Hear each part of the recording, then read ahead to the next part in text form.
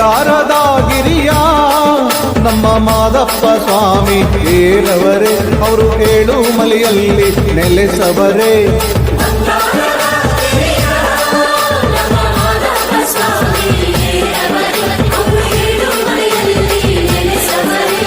ಮುಂಗೈಲಿ ಜೋಳಿಗೆ ರುದ್ರಾಕ್ಷಿ ಕೊರಳಿಗೆ ಹುಲಿಯೇರಿ ಸ್ವಾಮಿ ಮೆರೆದವರೇ.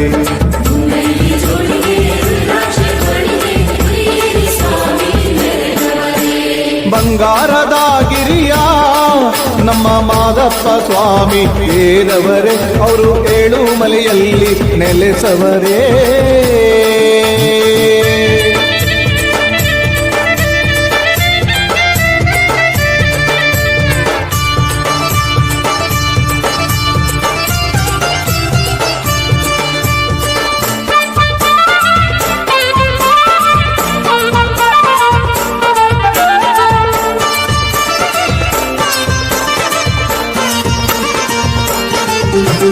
ಮಾದೈನ ಪರುಸೆ ಬೆಟ್ಟಕ್ಕೆ ಬರುವಾಗ ಹುಲಿರಾಯ ಬಂದು ಎದುರಾಗ,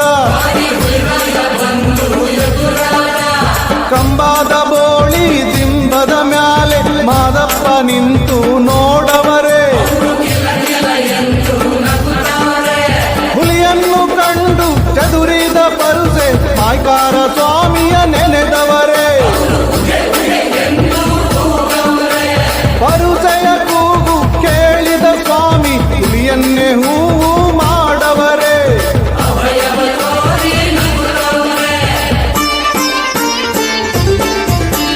ಬಂಗಾರದ ಗಿರಿಯ ನಮ್ಮ ಮಾದಪ್ಪ ಸ್ವಾಮಿ ಏರವರೇ, ಅವರು ಏಳುಮಲೆಯಲ್ಲಿ ನೆಲೆಸವರೇ.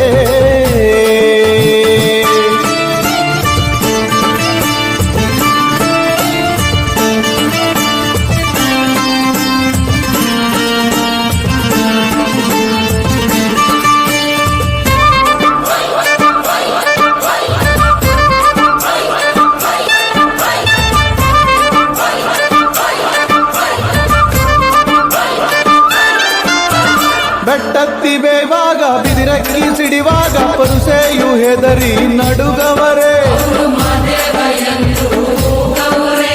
ತುಂಬೆ ಹೂವಿನ ಮೇಲೆ ತುಂಬಿ ತುಳುಕಾಡುತ್ತ ಕುಂತಿದ್ದ ಸ್ವಾಮಿ ನೋಡವರೇ.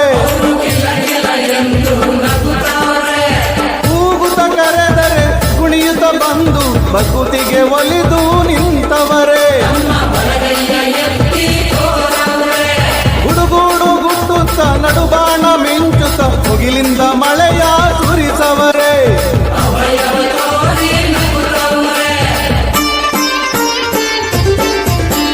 ಬಂಗಾರದ ಗಿರಿಯ ನಮ್ಮ ಮಾದಪ್ಪ ಸ್ವಾಮಿ ಏರವರೇ, ಅವರು ಏಳುಮಲೆಯಲ್ಲಿ ನೆಲೆಸವರೇ.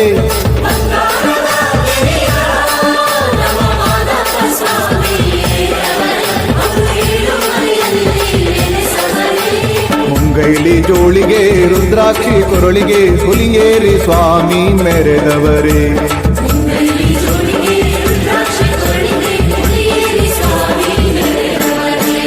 ಬಂಗಾರದ ಗಿರಿಯ ನಮ್ಮ ಮಾದಪ್ಪ ಸ್ವಾಮಿ ಏರವರೇ, ಅವರು ಏಳುಮಲೆಯಲ್ಲಿ ನೆಲೆಸವರೇ.